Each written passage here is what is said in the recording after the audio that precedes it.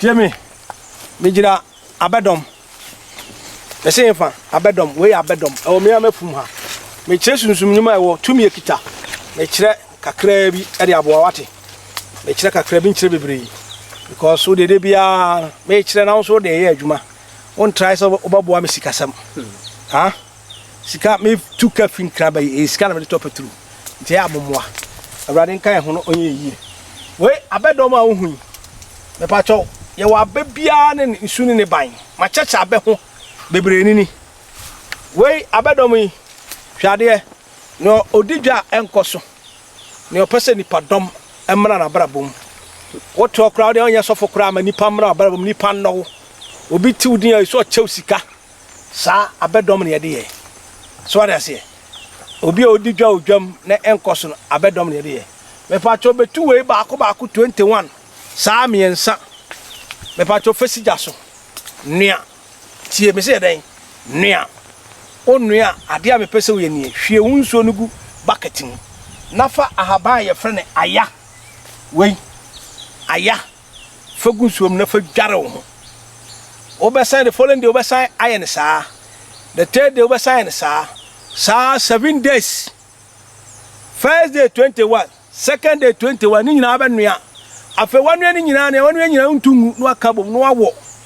Wo wa no yi adwena firim. Obi se apa hu. Wo yi adwena firim a e pa chawo. Pekojan. Na ma mfa me telephone number ntudwa. Wo pekojan a 0543 419160.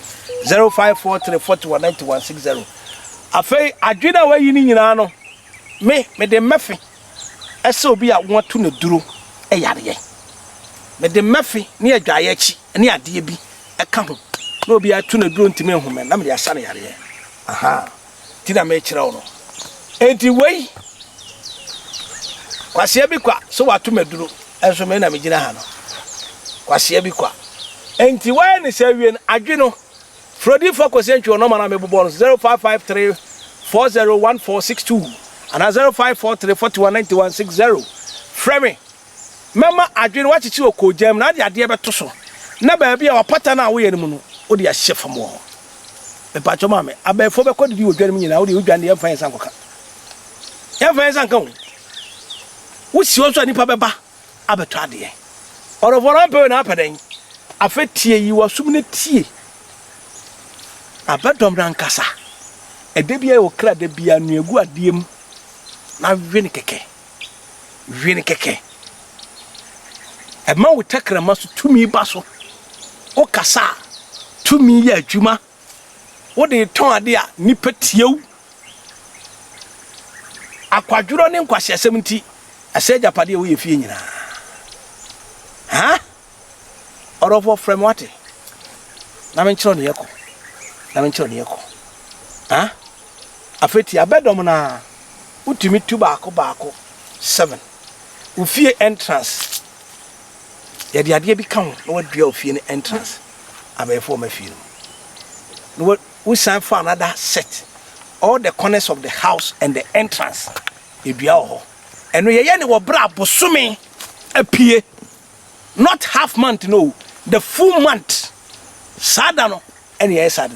Me pa jo si so fu be ni me pa jo mfa de tanko hwe to kase. Enhwe turumu eso, enhwe to eso. Ne be kum. Enhwe to kase. O hwe to kase ya den. Ene na obenya wo. No fu kase ene na obenya wo. Enufu akwala twetwetwe e ti se tai. Omutumi ma no tumi tam to onko achi sei. Na ho ba ne nu wo achi. Nti me ka cho se me fa wi le nhyem. I was sparring dates. Sa no fu no ni ne Awurade ayemini. Ne Awurade ayemini o. Mato nyum madana ne de atokon achi no. Ena ne agiragina ho ndi ukohwe a. Enyemania papa enyemania obi na bi bibia ya me ena untimi hya wo soro ahwa de udeta ba hama akwawie enyemania ejimi pa cho Frodi for Central 0543 419160. Meda Safwaye God's Revelation Ministry General Overseer and the founder and the leader and the servant of God and oracle. Me and Meda Safana kofa bai. Unyame fa me so e de bai. Ewrade nhira. Wo hwem na humi a me pa cho mo kran. Ablikuma Agape William Street. Telephone number and a trust what TV na se. Ewrade nhira. na yo kase still me do